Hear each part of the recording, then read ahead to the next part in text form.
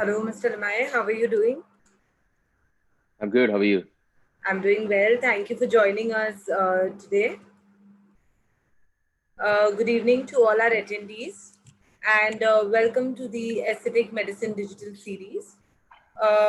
Once again, Mr. Harshal Limaye has joined us from New Jersey, and today he will be focusing on how to find new patients for your practice, the patient journey. So, May is special for us as Aesthetic Medicine India celebrates its anniversary month. We are persistently working towards planning and organizing sessions that could help the aesthetics community grow its business and make the AM Digital Series a truly knowledge sharing platform. If you have missed any of our past webinars, please do log on to our website, aestheticmed.in. You would find all the recorded sessions right there on our homepage. And if you have any suggestions that you would like to share with us on what topics work, what more you want to hear from us, please feel free to write in to me. I would leave my email ID in the chat box for you shortly.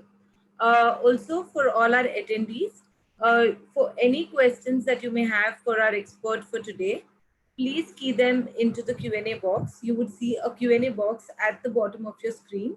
Please key them into the Q&A box and Harshal would take them up at the end of the discussion. Thank you. And before I let Harshal take over, a few words about him. Mr. Harshal Limaye is the founder and CEO of Marketing.Doctor, an all-in-one practice growth platform that leverages 360-degree digital marketing strategies to acquire new patients, re-engage existing patients, improve patients' online experience, streamline the front desk, and justify marketing spend.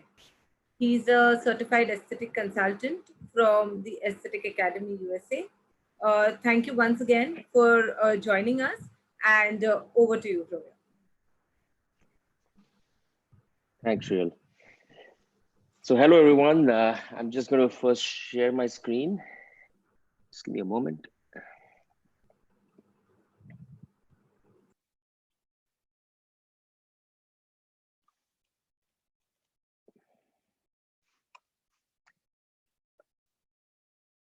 One second.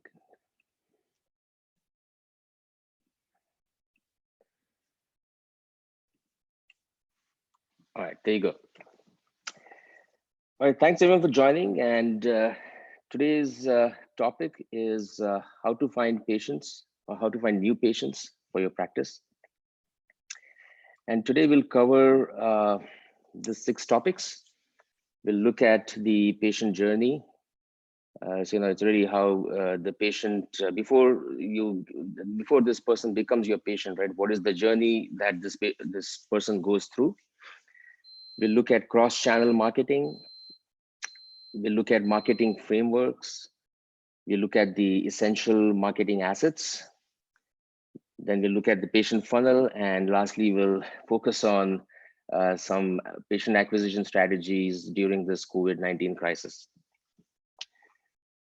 So let's begin first. I mean, there's a little picture which kind of shows a person standing at the corner of a building, and every medical practice wants new patients, and finding new patients is not an easy task, as you all know, right? I mean, just standing quietly on the corner of a street, I mean, everyone knows that doesn't work.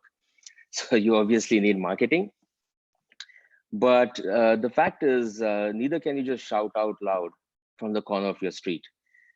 So essentially, finding new patients is not easy, right? As you know. So how do you tackle this question? So let's look at this. I mean, I think what I want you to know is I want you to stop thinking about how to find new patients, because that will not take you anywhere. So let's reverse the question. And let's focus on how do patients find doctors today.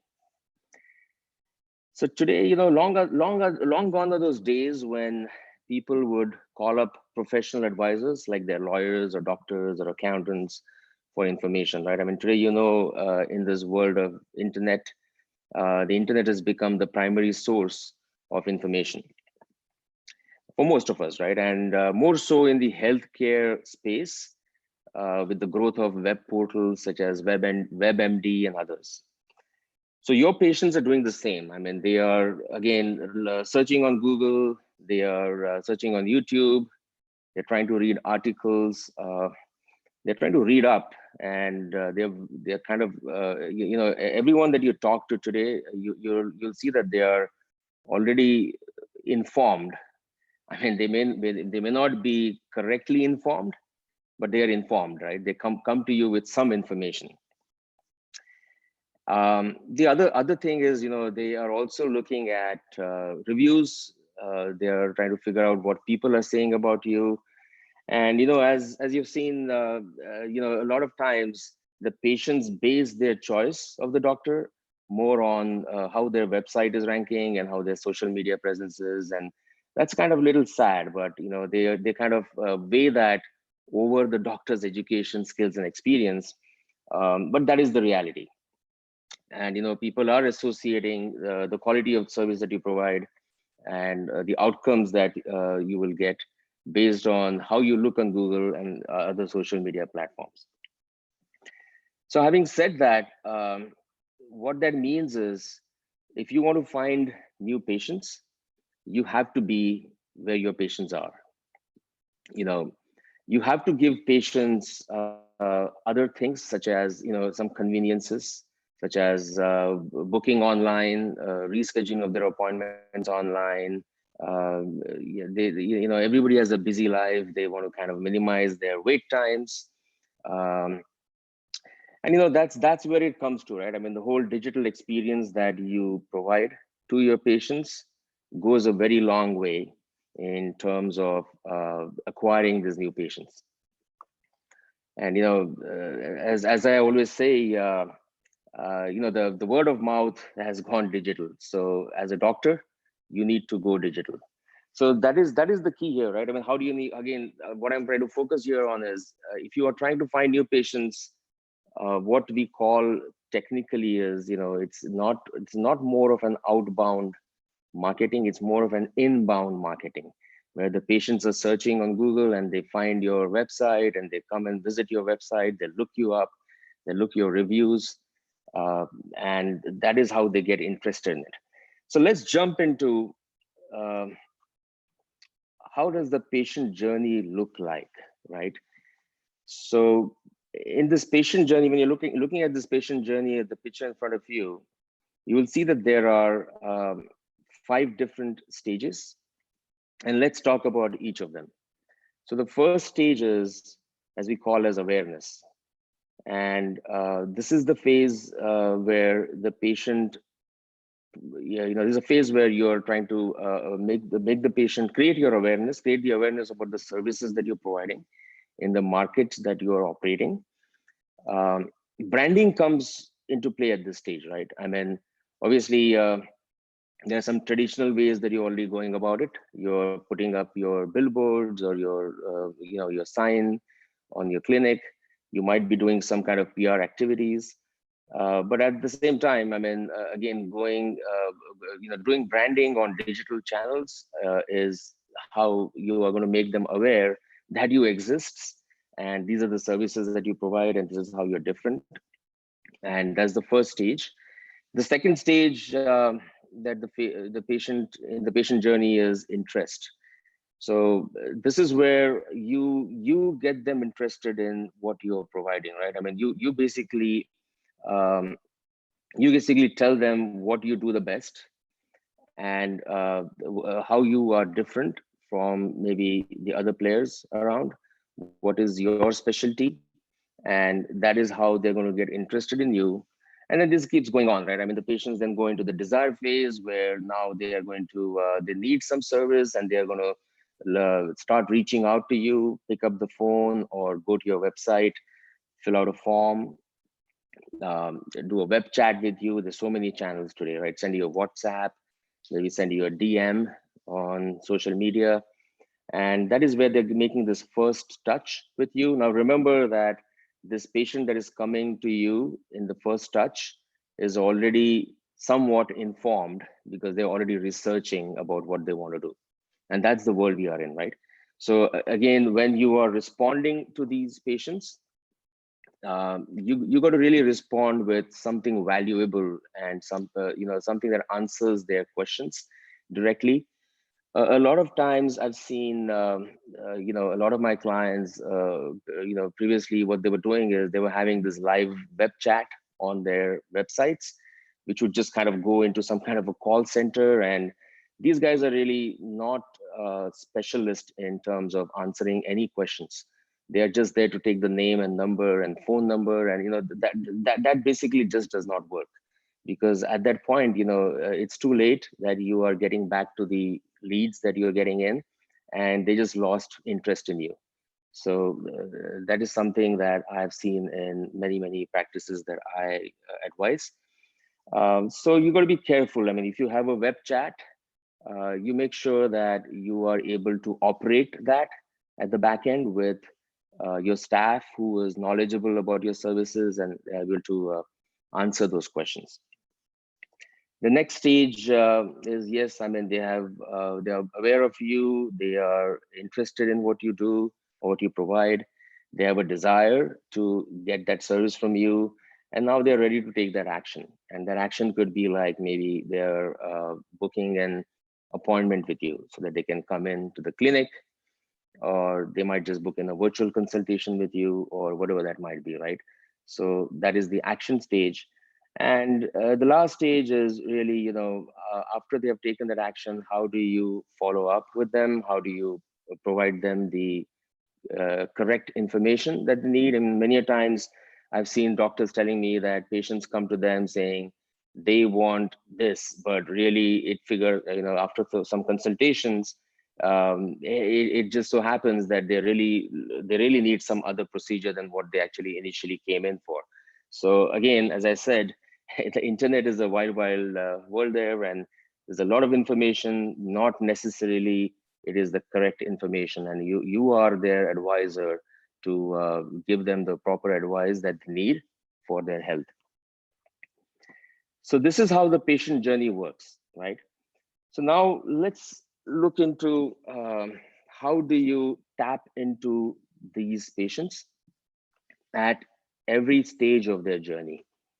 And to do that, you have to look at what I call as a 360-degree marketing approach. And what that really means is you have to leverage multiple channels, because if you look at the journey, I mean, today people are just bouncing off from searching on Google, finding your website. Yeah, they go to your website, then they are on Facebook. They're trying to look at some social proof from other people. They're trying to look at some reviews. They're trying to jump back and forth between these different stages, really, from from awareness, interest, desire, action, and they're doing this on various channels. So yes, website is the most important thing, because so the first and foremost is, yes, you need to have a website. That's your digital gateway to your brand. But you should also create a Facebook page. You should also create an Instagram page or Twitter if if that's where audience is, and definitely, if you can, make some videos, because videos are a great storytelling or branding medium, where you can really, they want to see their doctor, they want to see their doctor talk. They want to see the results or the outcomes the doctor has achieved in different patients. They want the patients to talk about the doctor. So all this is very important.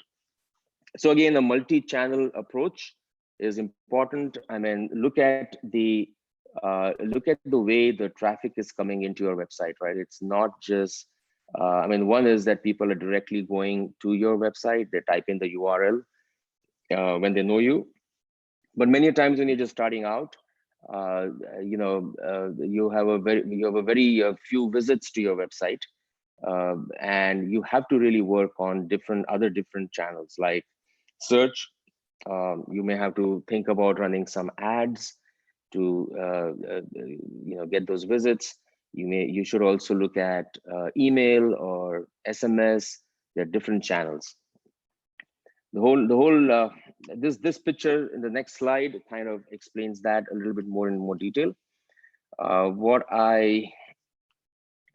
you see here is basically engagement with the patient is very critical, right? And when I say engaging with the people, with your prospective patients on all screens, on all kinds of channels, and all the time, really, right? Because that's where they are. So this is the approach that is important. If you just focus on one channel, it is going to be very, very difficult and challenging for you to acquire patients. I mean, I've talked to some other clients who were only running PPC ads, Google ads, basically pay-per-click. And what happens there is, I mean, yes, you get the clicks, but the amount of time the people are spending on your page is very, very little from those ads. And that's where, you need to kind of use these different channels and complement each other, to get that traffic, to get that awareness, to get that, you know, to get that traffic and awareness for your website. So that is the 360-degree marketing approach. Now, all this is very daunting, as you can see, right? I mean, you're talking, if you go back to this slide, you're talking about how do I do all this, right? I mean, there's a website and SEO and content marketing and different kinds of ads and social media, YouTube channel. It's a very daunting task, right? And many times you may be wondering, where do I begin? Or, how do I start with all this? So let's talk about how we can simplify this, right? And if you use a framework, it is definitely going to help you organize your marketing plan and simplify this process. There are many frameworks that are available. This one that you see in front of you is one of my favorites, and let me talk about this in more detail now. So what you can see here is there are like a bunch of circles and bunch of questions, really, but what you want to look at is there are 3 circles in the center, which I consider as your core strategy. And the 3 circles on the outside are your marketing tactics. So let's dive into the strategy circles and let's discuss what they are. So there are really 3 different questions that you want to ask when you're trying to put together your marketing strategy. And when I say strategy, you are really looking at a longer horizon. You're looking at 2 years or 2 to 5 years of your plan, right? In terms of your practice. And that is really what is strategy. 3 questions become very important. The first one obviously is who. So who really refers to here is who are your patients. So if let's say you are practicing in Mumbai, I mean, there are so many people in Mumbai, and there are so many doctors as well. You need to really identify who are your patients. You need to understand that you need to segment your patients, because again, if you say that everyone in Mumbai is my patient, then you're basically marketing to everyone and you're marketing to no one. It's just too much of a scale, right? I mean, just think, for example, if you are trying to run ads and if you target the whole of Mumbai, I mean, you're just not going to get that traction because there are too many people that you're reaching out to. So you need to think about what are the services that you're offering? What is the market that you're operating in, the neighborhoods? You need to think about for whatever service you're offering, where do you think people will, how much do you think people will travel? And just to give some examples, I mean, I think this is a aesthetic medicine webinar. I'm assuming that there are a lot of dermatologists or trichologists or cosmetologists, maybe some plastic surgeons. So again, think about the services that you're offering. If you're a plastic surgeon and if you're doing some, you're really an expert on certain surgeries, like maybe rhinoplasty or facelift, I think people are going to travel because that's a major surgery and people are willing to travel. But let's say if you're doing some other kind of service like procedures, and maybe there's some of them are non-invasive or even minimally invasive or Botox and fillers and those kind of things, people are not going to travel much. They're going to look for a doctor which is close to them. So these are the factors that play into this when you try to decide who are your patients. So having talked about who, the next question is what, and that what really again refers to what products and services are you providing as a medical practitioner. Um, Generally speaking, you will be providing a broad range of services, but you should also think about narrowing it down and trying to figure out what do you do the best. What is your specialty, because that is going to make you stand out. And plus, you will enjoy doing what you do best, and in general that just kind of creates a win-win for everyone. So what is really, you really need to look at the services that you're providing, the market demand that is there in your area, and how do you match it up, and how do you create that set of services for your clinic. And then the last point is, again, as we are talking about strategy here, the last point is why. So why are you doing this, right? I mean, that is important. What are your objectives? What are your objectives in the next 1 year, 2 years, next 5 years? This is very important to set right at the beginning when you're looking at this. It also depends on where you are as a business or as a practice. If you're just starting out, or maybe you are very well established, and maybe you want to grow, you want to start multiple clinics, or you're already a big one, then you want to look at how you want to sustain and grow beyond that. So it all depends on where you are in your business cycle or where your practice cycle is. So these are the strategy. Having talked about the strategy questions in the framework, let's talk about the tactics. Now, when I say tactics here, again, these are shorter term. So they are three months, 6 months, or 12 months. And again, there are 3 questions here. The first one is how. So how refers to what is your marketing message to the patients that you want to attract, right? When is, again, remember that patient journey that we talked about.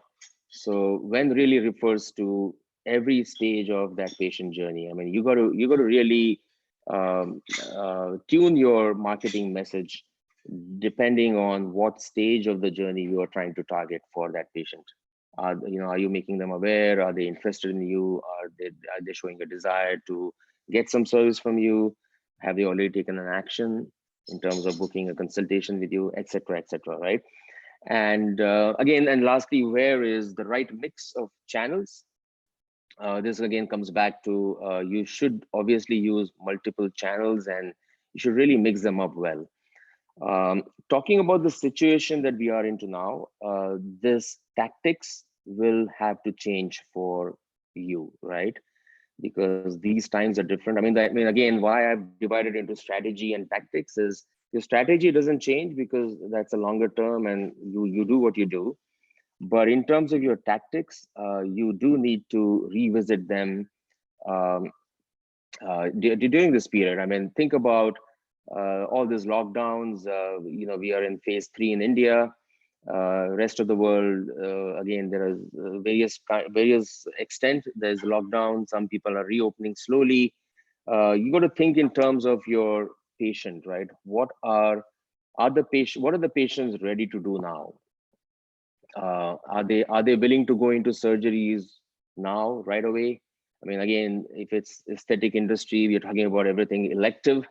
So maybe they're not. Maybe they're not ready for surgeries right away, right? So now you need to figure out your tactics in terms of what are the services that you want to focus on more. If you have some retail kind of a revenue in your practice, maybe you could focus on that. And these are the adjustments that you definitely need to make while you are looking at marketing.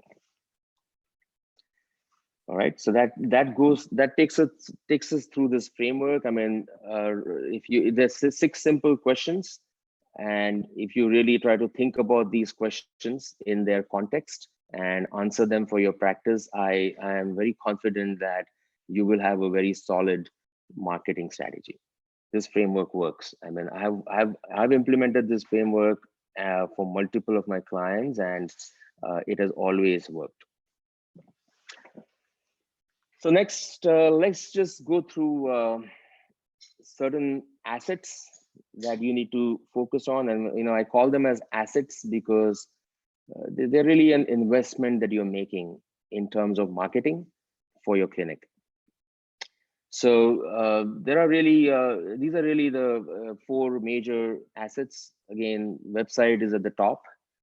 If you have a website, if you don't have a website, I mean, definitely you need to get on a website.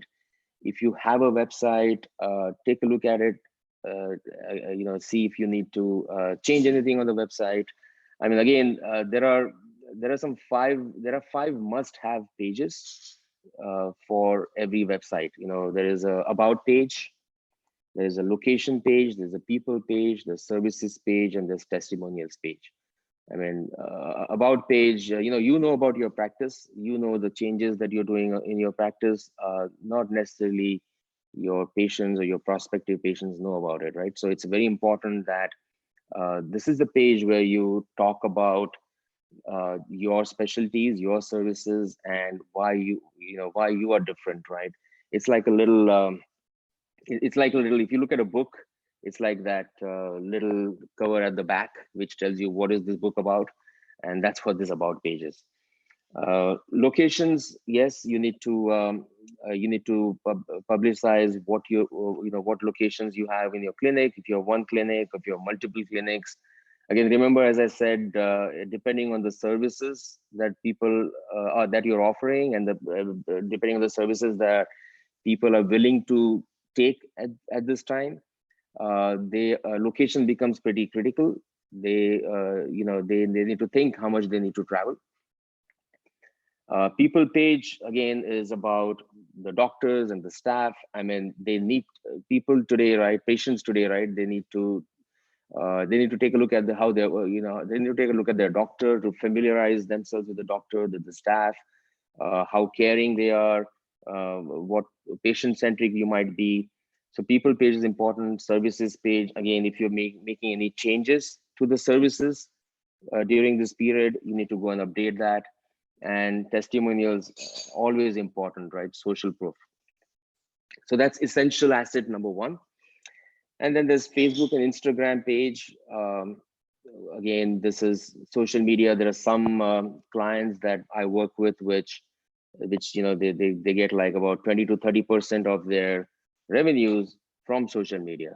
It's become a very major channel and an asset that you're building, really, right? And these things take time to build, and that's why I call them as assets.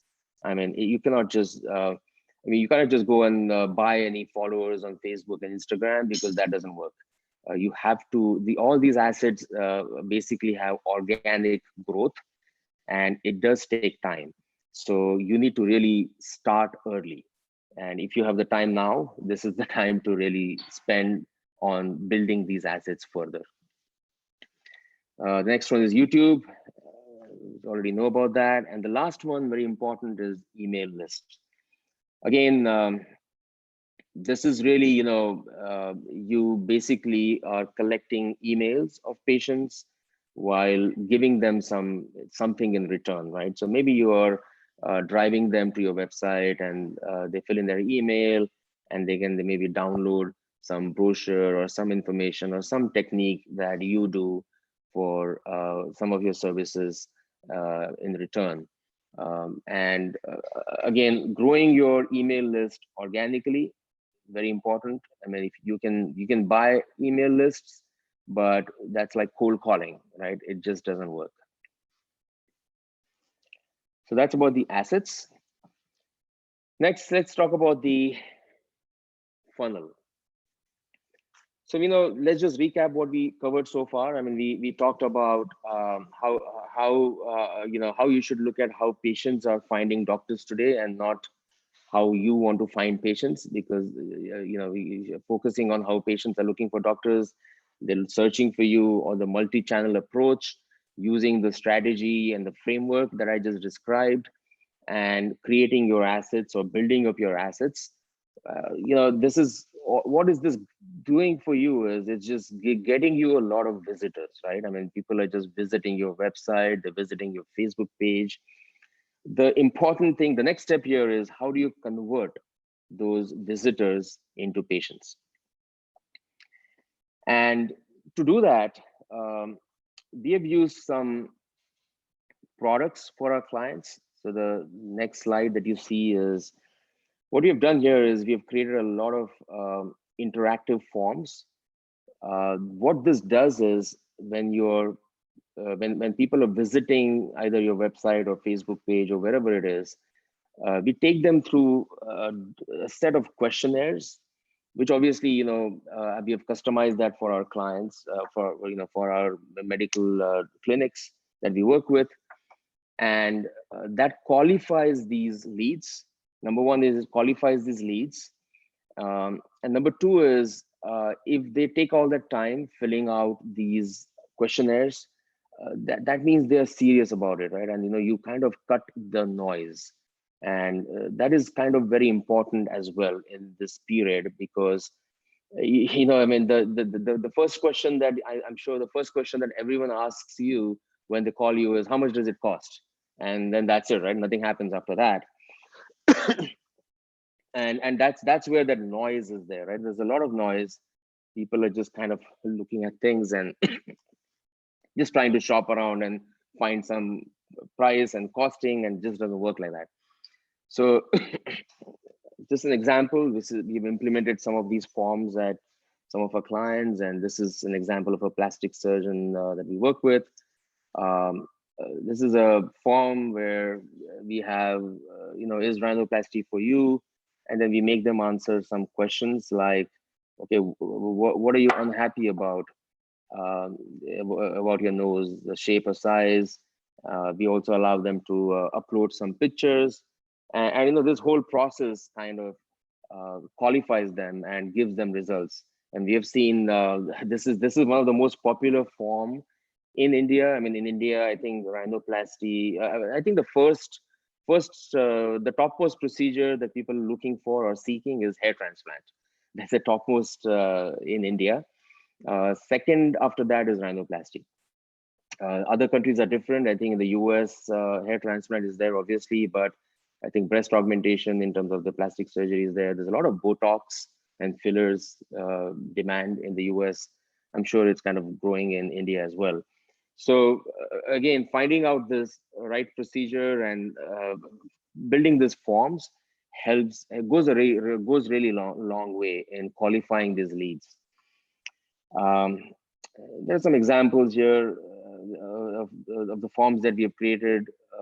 They're completely customizable. I mean, so for example, here, set yourself back 10 to 15 years in appearance. Yes, I'm interested. I can fill out the name. I'll just show you quickly what it looks like. We just have some kind of information, how that whole thing is going to work for them. Then we just say, are you a male or female, etc., etc. What's your age? And then we go on, and then we just say, okay, now what are your concerns here? So they can just click on these things, and so on and so forth, right? In the end, we basically get their number, or we also ask them, are they in what stage are they, right? Are they immediately looking to do this? Are they still thinking about it? They need more information to make the decision. So depending on that, we kind of automate that process at the back end. Either we send them some brochure, or if they're immediately thinking of doing this, we can send them a link where they can book a consultation with the doctor. So that's just some example. And this is how you basically create, build your contact list, right? You build your email list, you build your WhatsApp numbers, so you can basically reach out to them. So that's that. And here's another example of how to create that funnel. I mean, so people are coming to your website. If you do not have a clear call to action for them, it is difficult to kind of funnel them and convert them into patients, right? If you look, for example, if you have a web chat and they try to chat with you, but it's going to some kind of a call center, and those people are not knowledgeable enough to answer those questions, then it just kind of dies down there. So this is one example where we have put this online appointment booking for our clients. This particular one is in the US. They have multiple locations. So patients can basically go in here and select the location, select the time, and book the appointment. The last one here is, I think, a dentist in New Jersey. But so these are the things, right? The conveniences that you are providing to your patients. They can book this appointment in the middle of the night or late at night. They don't have to wait for your clinic to be open to call you. And that is really that experience, the digital experience that you're giving them. It just kind of also reflects on how it just kind of reflects that that the service that you're providing is very professional, and it just kind of reflects, all these things reflect on you. So these are the funnel ideas. How do you funnel patients in? And that takes us to the last slide. Just some ideas here in terms of what you could do during this period for patient acquisition. So number one is think about the services. I mean, you may want to pivot your products and services as needed during this period. If you have any retail revenue, think about putting it online so that your patients can buy those products online. Focus on, again, as I said, something, maybe start with non-invasive, minimally invasive procedures, look at telemedicine, virtual consultations. In fact, maybe you should insist that the first consultation should be virtual. That way, you're not getting that traffic into the clinic as you get ready to open up in India, starting 18th, I guess, right? And that's important, right? I mean, these are the things that you could use. These are some of the ideas that you could use to get those new patients in. The other thing is, patients, they need that extra assurance from you. Everyone has that fear today with this COVID, right? And you need to explain to them what measures your office and your staff is taking, in terms of deep cleaning, maybe, or disinfecting your clinic. Educate them on the extra precautions that are needed during this period. And we're not going to be out of it soon. I mean, we are reopening, obviously, but I think that fear is going to continue through this year, definitely until any kind of vaccine comes out. So these things are important to attract these patients to your clinic. Space out, if you have any in-clinic appointments, do space them out so you can allow for extra time for people to come in and come out, and they feel safe coming to your clinic. And add this personal touch. I mean, people, this crisis has affected people at multiple levels. So talking to them, adding that personal touch is always going to be helpful. And that is really it for today. Shreya, maybe I wanted to keep a lot of time for Q&As. So if there are any Q&As, I can take them now. Yes, there are some questions in the Q&A box. You could just go by that order. So we have a question on how to make best use of Facebook. Sure. So again, this question is pretty broad. If you do not have a Facebook, I mean, depends on where you are in terms of your social media marketing. The best views of Facebook in general, or in general any social media, is do not sell anything on social media. These are not the platforms to sell anything. These are the platforms to connect with people. You want to connect with them. I mean, ask them questions, right? I mean, they're sitting at home for the last, what, 2 months. Don't just put your service as a post, right? Ask them what is the first thing that they would want to do once this lockdown is lifted. I mean, there could be some interesting things like that. Hey, I'll go and get a haircut. I'll go for shopping. There's so many things at the personal level that people want to do once we reopen. So what I'm really trying to say is, connect with those people. These are treat them as persons, talk to them as persons, connect with them. That's very important. Attract these comments, attract the shares, um, run some contests on Facebook. So if you have some kind of a new procedure or technique that has come, or maybe a new kind of filler that has come in the market that you use, maybe you could ask them questions about that, whether what they know about it, and attract those comments in there. And that's how you would try to use Facebook uh, at the best.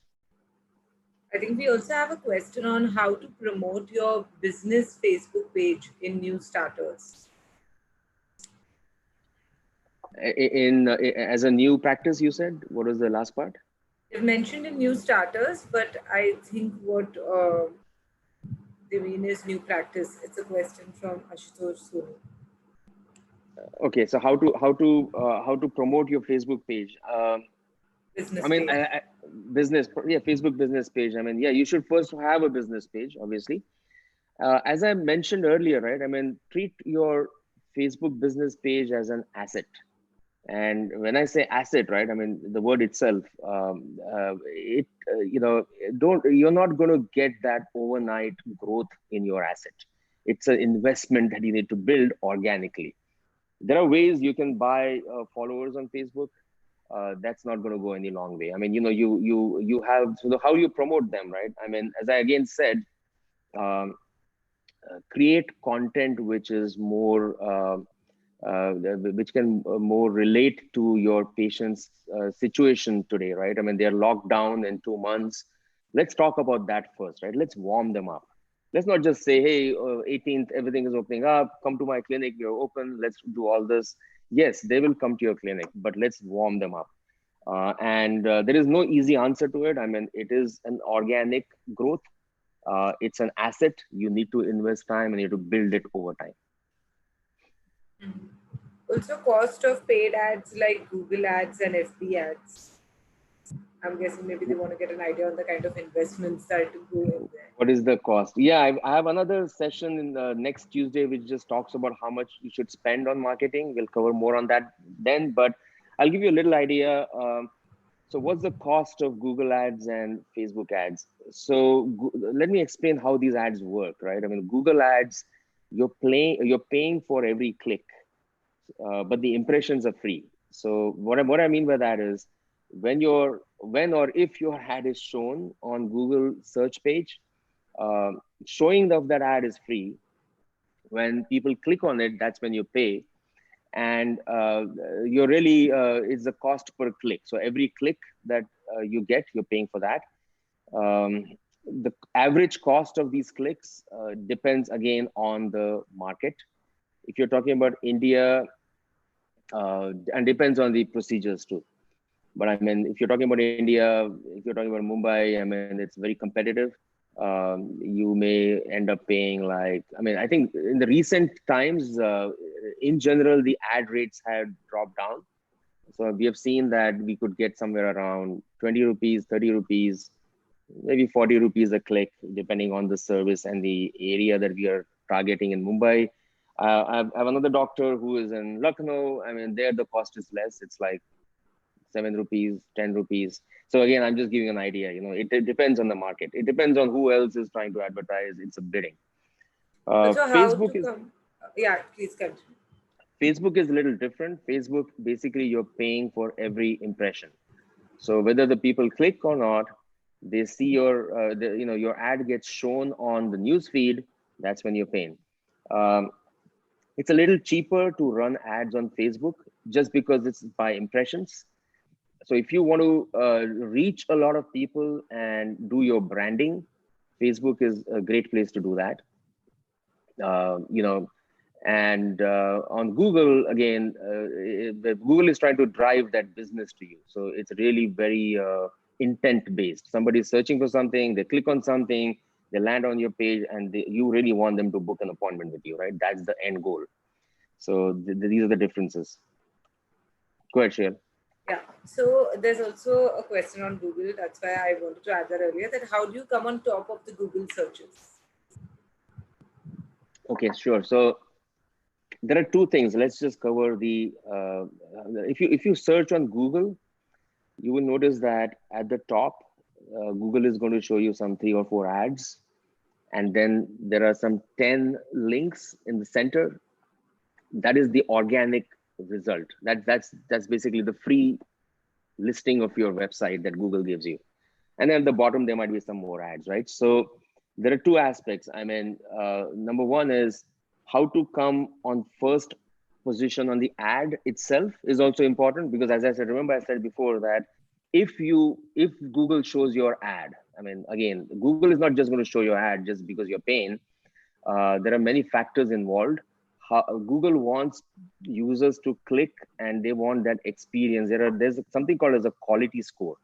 So how your keywords are related with the message that you have on your ad versus when they go to your landing page, how's the experience on the landing page? That decides, which position in the ad, out of those 3-4 ads, which position you're showing up. That's on the ads. That's a little simpler to do because, again, everything is under your control, and you can just, obviously, your marketing agency can basically do all of that for you, right? The second aspect, which is those 10 organic results, that's a tough one. I mean, that's something that takes time to build. The way Google decides how to rank first on that, I mean, yes, the simple answer is there are many factors involved. I mean, number one is you need to have great content, unique content on your website. Don't think about keywords. I mean, I know that when you're talking to any marketing agency, they're saying, okay, we will rank you on first page, and for 5 keywords, pay us so much, and for 10 keywords, pay us a little bit more. It just doesn't work like that. I mean, it should not work like that. Don't think about keywords as much. Obviously, you have to do the keyword research, or your marketing agency has to do the keyword research. But the key point is write content that is natural and value addition to your patients. If your website has a content which is same information about in general that you'll find anywhere in the internet, it's not going to rank. How do you make your content unique? I had a first webinar where I had a lot of ideas on how to create unique content. I'll just go over that quickly. I mean, you could basically write Q&As. You could do your patient stories, experiences, patient testimonials, your unique approaches, how you are unique about things, or what do you do things differently, or what has your experience been with patients. All these things count.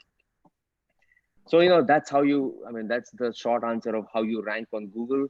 It takes time. If you're just starting out and you're not ranking, it takes 3 months to 6 months to rank if you are doing everything right.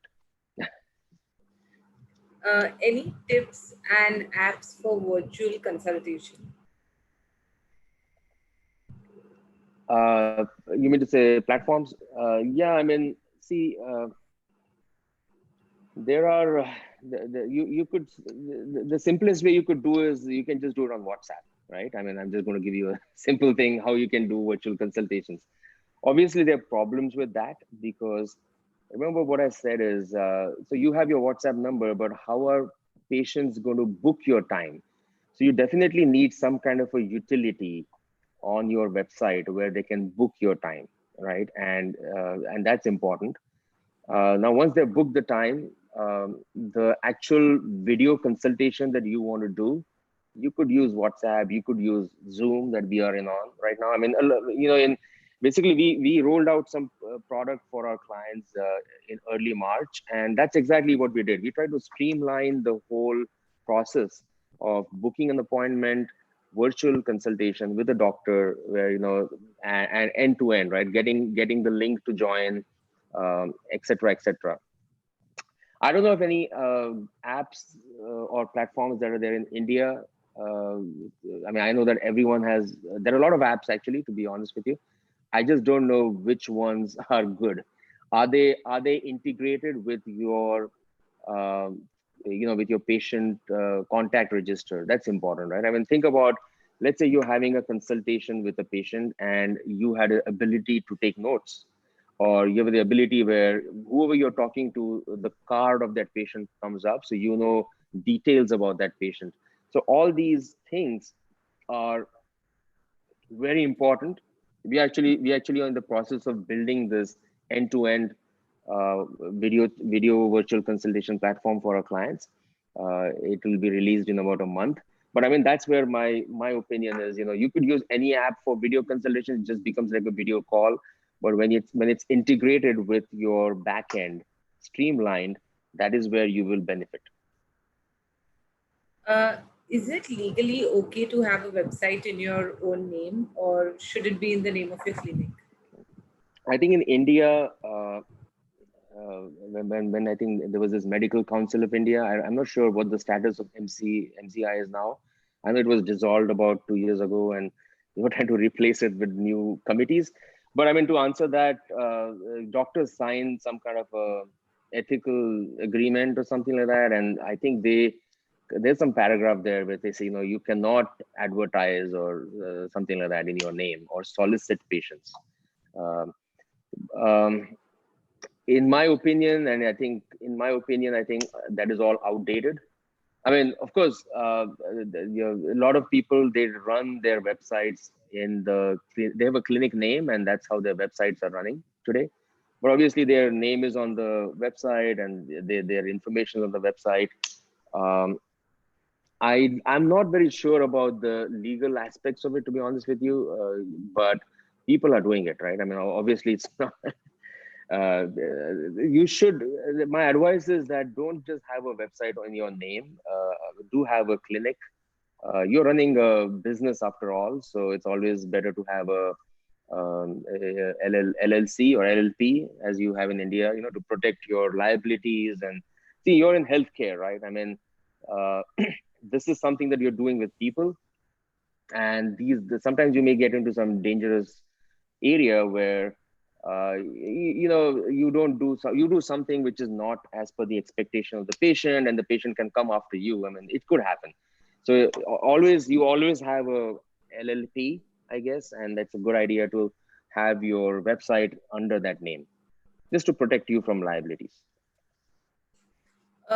Instagram posts are becoming quite popular, but the question has come from Anita Agarke that she's not sure how to make it more attractive for clients. So, can you help with that?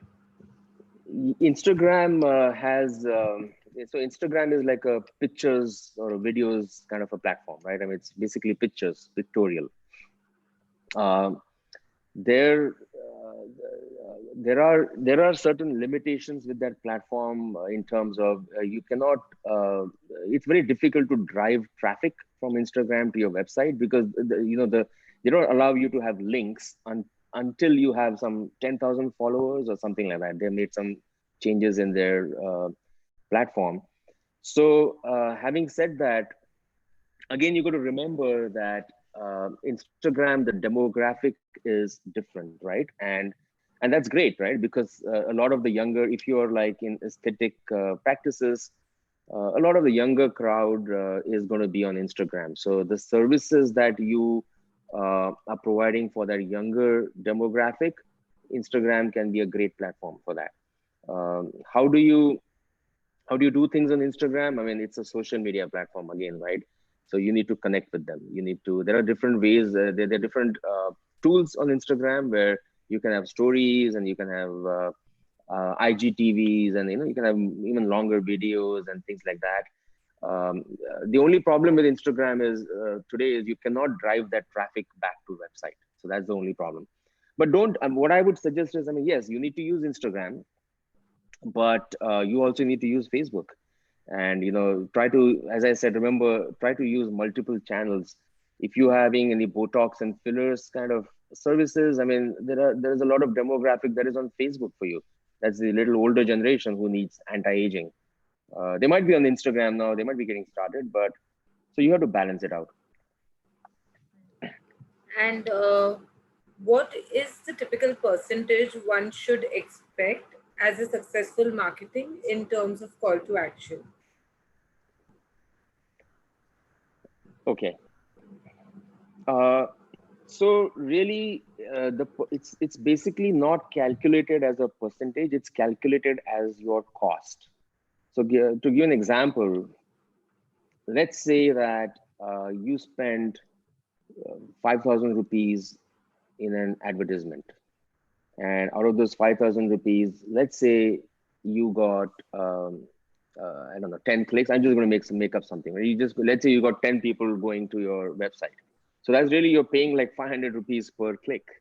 Now, out of those 10 clicks, if 5 of them convert, and if you're making some X amount of revenues from those 5, and if you're profitable, then that's a good percentage for you, really. I mean, I think that's how I look at it. I mean, there's no set thumb rule that, hey, you need to get 5% conversion rates, 10%. I mean, those are very high conversion rates. You will not get those unless your agency is really optimizing those campaigns and everything is just right. The targeting is right, the message is right, the service is right, the market is right.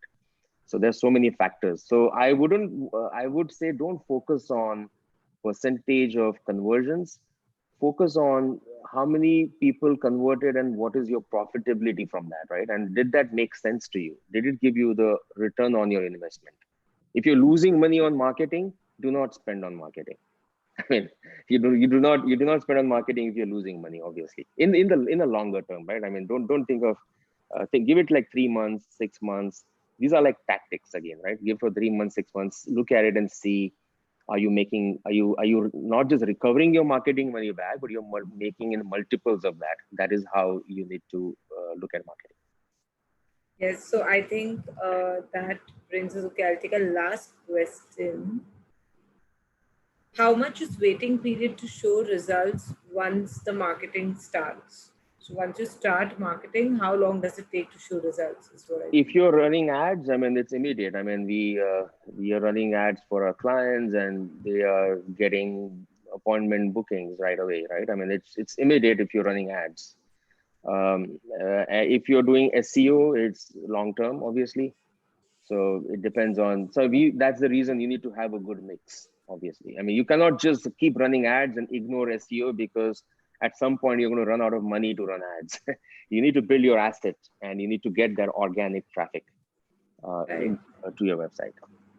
Great. So thank you so much. Harshal, can I request you to please stop your share screen, because I want to share a screen Oh, before sure, we end sure, the session. sure. I just So realized that. thank you, Harshal, for joining us, and thank you all our attendees also for joining us on this session. I'm sure it's benefited you all.